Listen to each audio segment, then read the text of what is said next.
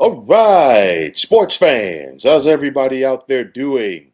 William Martin coming at you one more time here on YouTube with another edition of the 300 Pounds of Sports Knowledge Podcast. And as we continue to cascade to the start of a new NFL season, I want to take this time out right now to talk about all things AFC East. And of course, in recent years, we've seen this division dominated by the Buffalo Bills. The Bills basically took the mantle from the New England Patriots, who had dominated the AFC East for the better part of nearly 2 decades. And now, of course, every single year this decade so far, the AFC East crown has gone to Buffalo. And of course, in dominating this division last year, the Bills were not only the only team from the AFC East to make the playoffs, they were the only team from the division to finish with a winning record. And of course, if Buffalo is going to keep that momentum going, okay,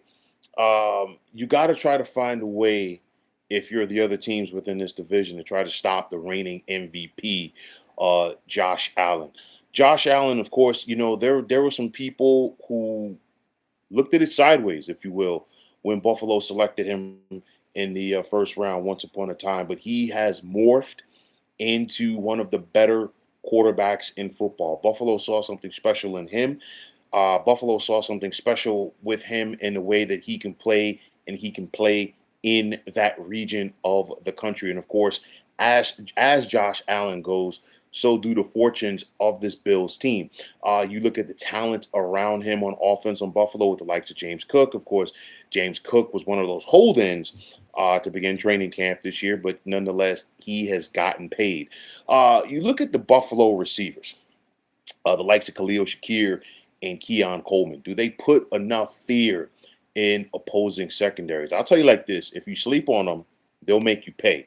I like the two tight end look from the Bills with Dalton Kincaid and Dawson Knox. That really gives them a unique set right there, and it keeps the linebackers, the outside linebackers, and safeties honest.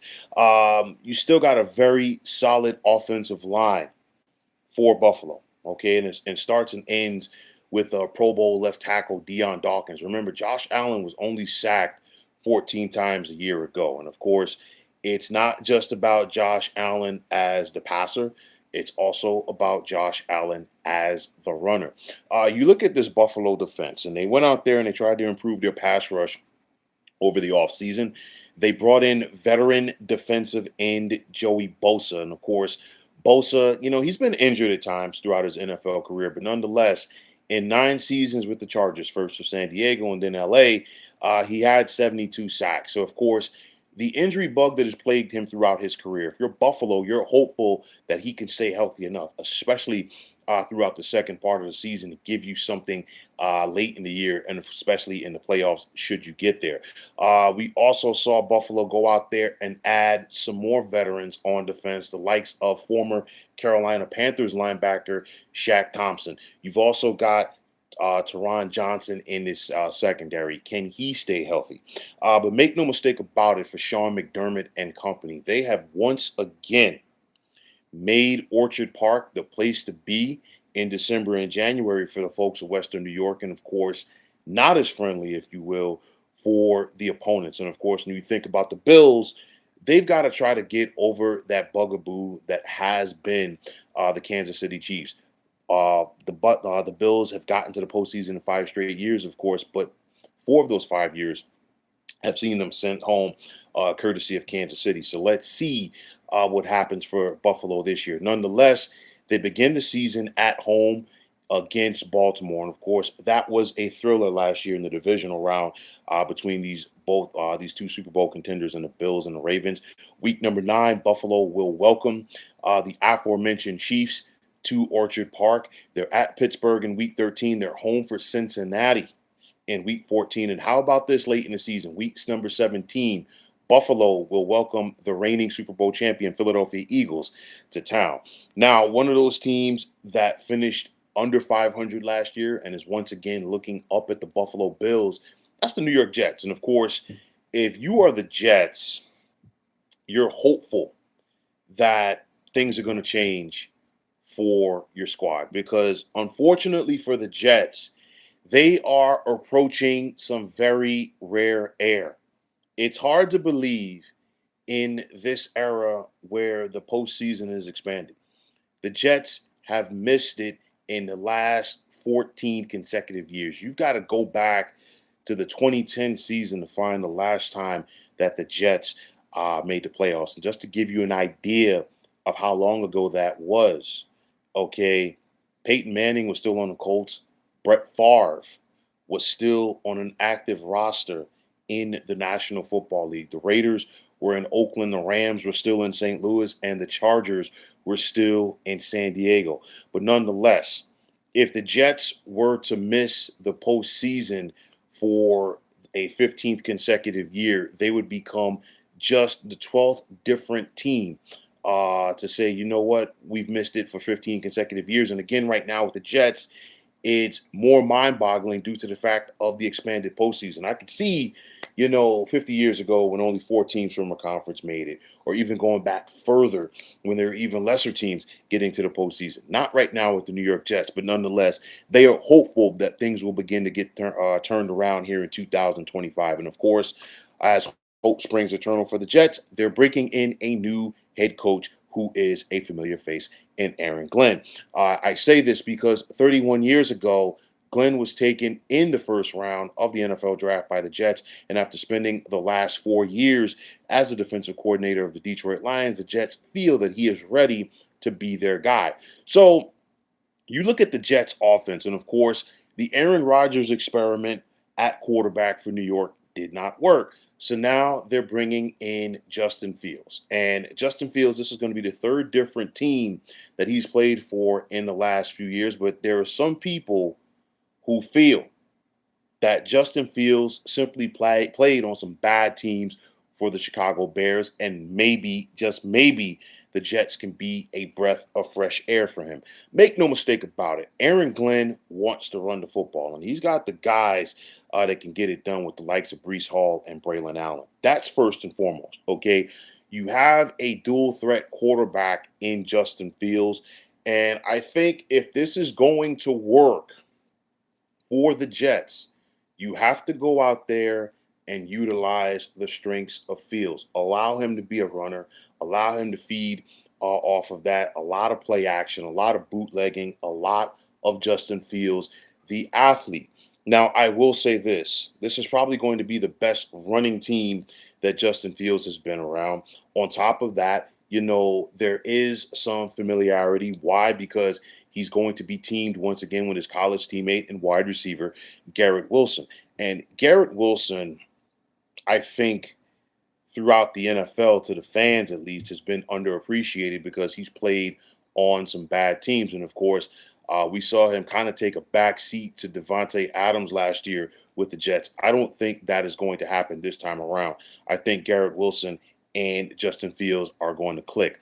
But of course, when you think about this Jets offense, for so many years now, okay, there have been questions about this offensive line. And if the Jets can't fix their offensive line to protect Fields, guess what? It's going to be another long year in Florham Park. Now, defensively, I think the Jets are going to be okay because Aaron Glenn inherited a quality defense. The Jets were third last year in the NFL in yards allowed. Okay, and now not only do you have Aaron Glenn, but you bring in veteran defensive coordinator, former head coach in the NFL, Steve Wilks. And of course, I talked about this last year after Steve Wilks basically, in my opinion, got the dry shave after the 49ers lost that Super Bowl to Kansas City.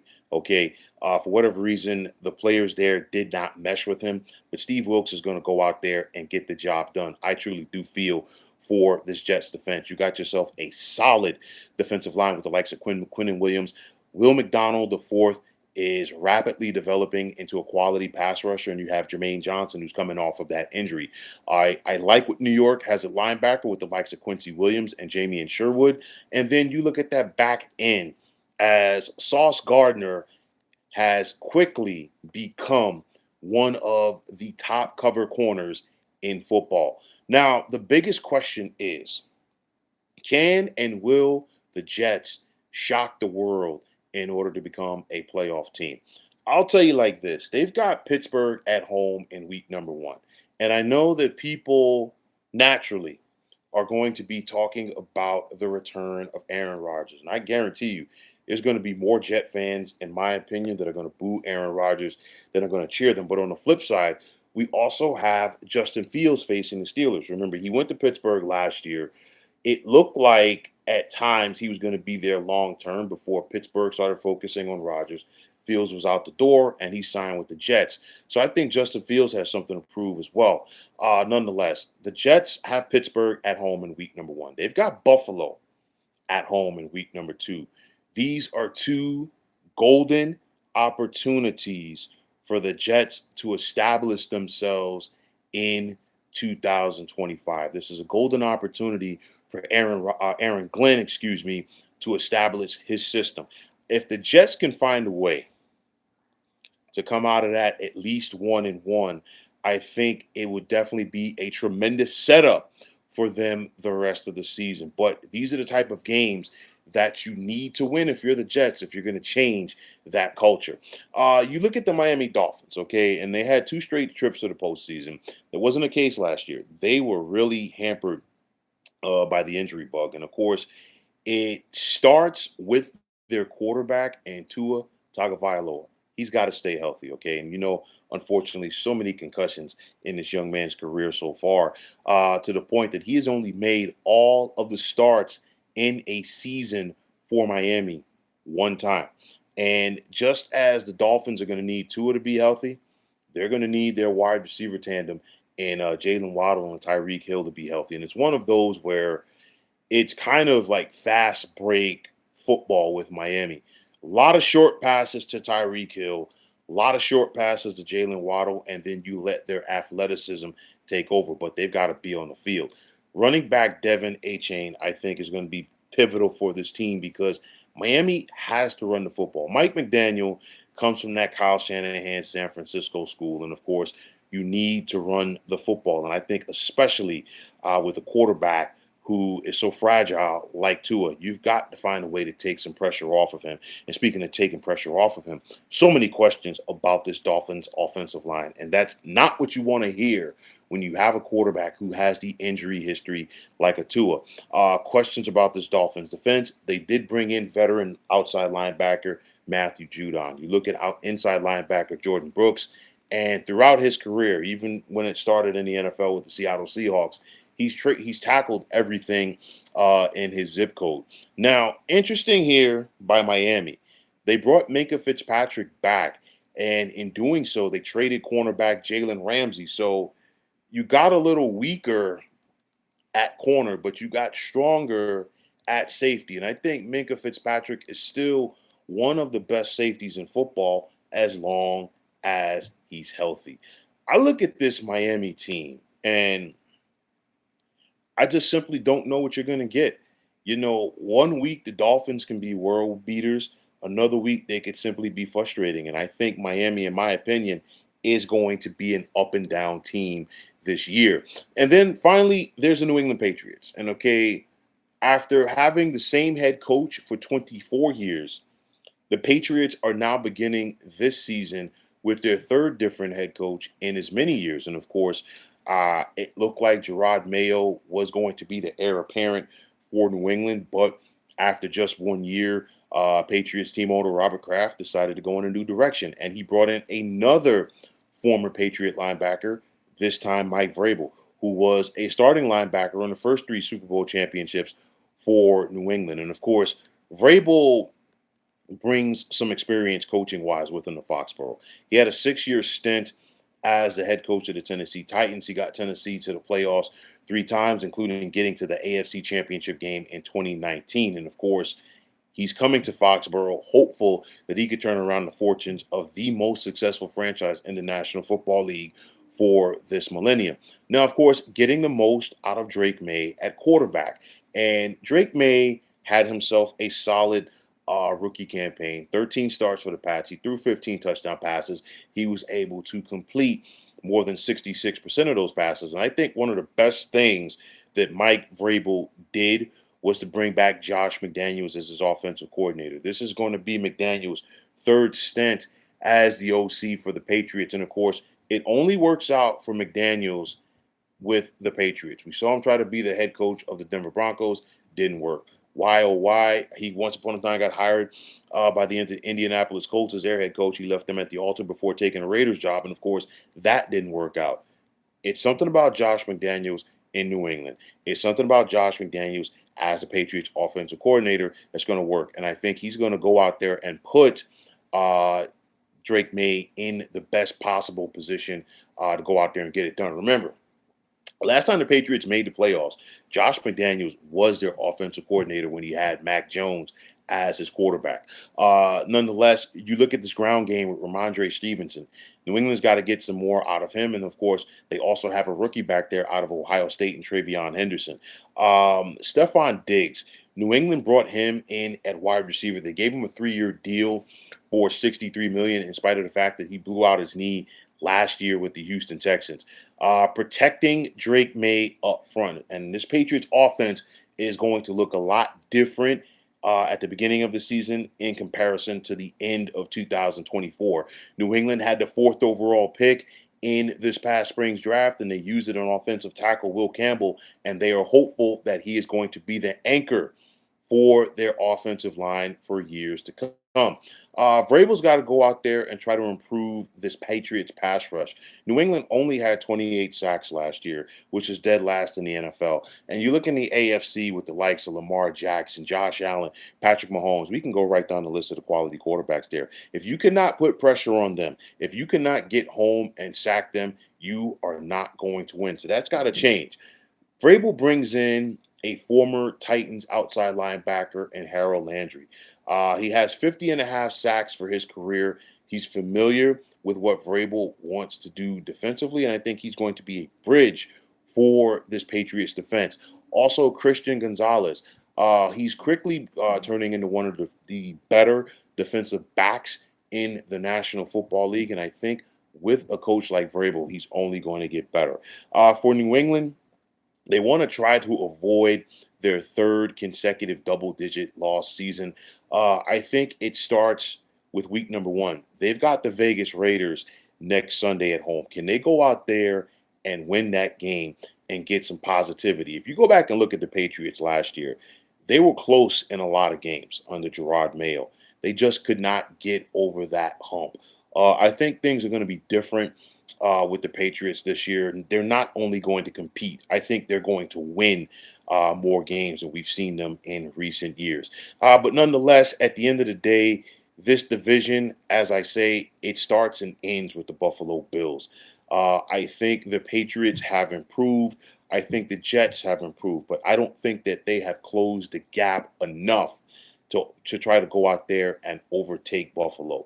I think Buffalo wins this division again. Buffalo, of course, has bigger fish to fry because they've got to try to find a way to get over that hump, which is the Kansas City Chiefs in January. I think the Jets will be improved. They're going to be in that discussion to possibly get a wild card berth, which is going to be big for Aaron Glenn in year number 1. The Dolphins, like I said, they're going to be up and down. The Patriots, in my opinion, will show improvement, but it's not going to be improvement enough for them to get to the postseason. But nonetheless, things are changing in the AFC, yes, but it's still a Bills division.